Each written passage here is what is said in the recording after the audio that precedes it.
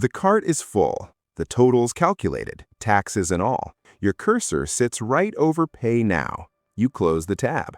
Not because anything went wrong. The page loaded fine, your card was already saved, shipping was free. Nothing stopped you. You just didn't.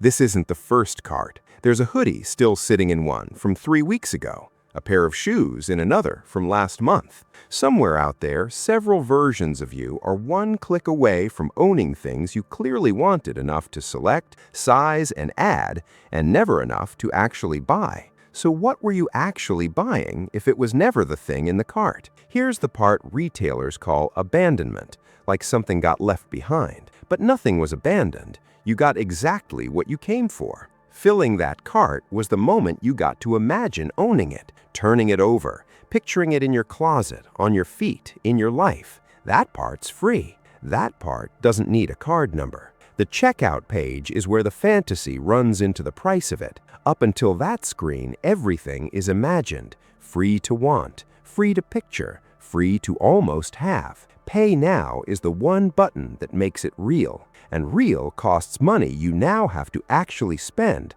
on a thing that already gave you the feeling you were chasing 3 screens ago. Retailers know this, which is why they spend so much effort trying to remove any last second where you might think twice. One-click checkout, saved cards, auto-filled addresses, all of it aimed at getting you from the fantasy to the receipt before the collision even registers. And it still doesn't work half the time. Because the moment isn't a design problem, it's just where wanting runs out of places to hide. You do this outside the store too. The trip you plan in detail, flights, hotel, itinerary, and never book because the planning was the vacation. All the wanting happened in the spreadsheet. Booking it would just be paperwork. The one place this doesn't happen as much is anywhere that lets you pay later instead of now. Buy now, pay in 4, split it, tap to defer. Take the actual payment out of the moment, and suddenly the fantasy doesn't have to collide with anything, which tells you plenty about what was really stopping you before. None of this costs you anything, which is exactly why it never stops.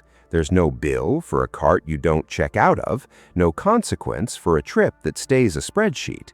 So the cart fills up again next week with something else, and you'll get to the same button. Go back far enough, and your cart history is basically a diary of moods you've had. The version of you that wanted a new coat in October.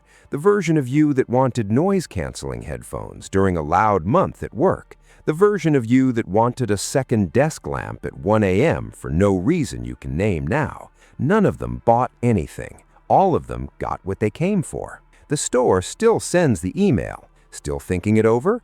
10% off if you finish now. Which misreads the whole thing. You were never on the fence. You'd already made the decision that mattered in your head for free. The 10% isn't a discount on the item. It's a discount on something you'd already stopped wanting to pay for.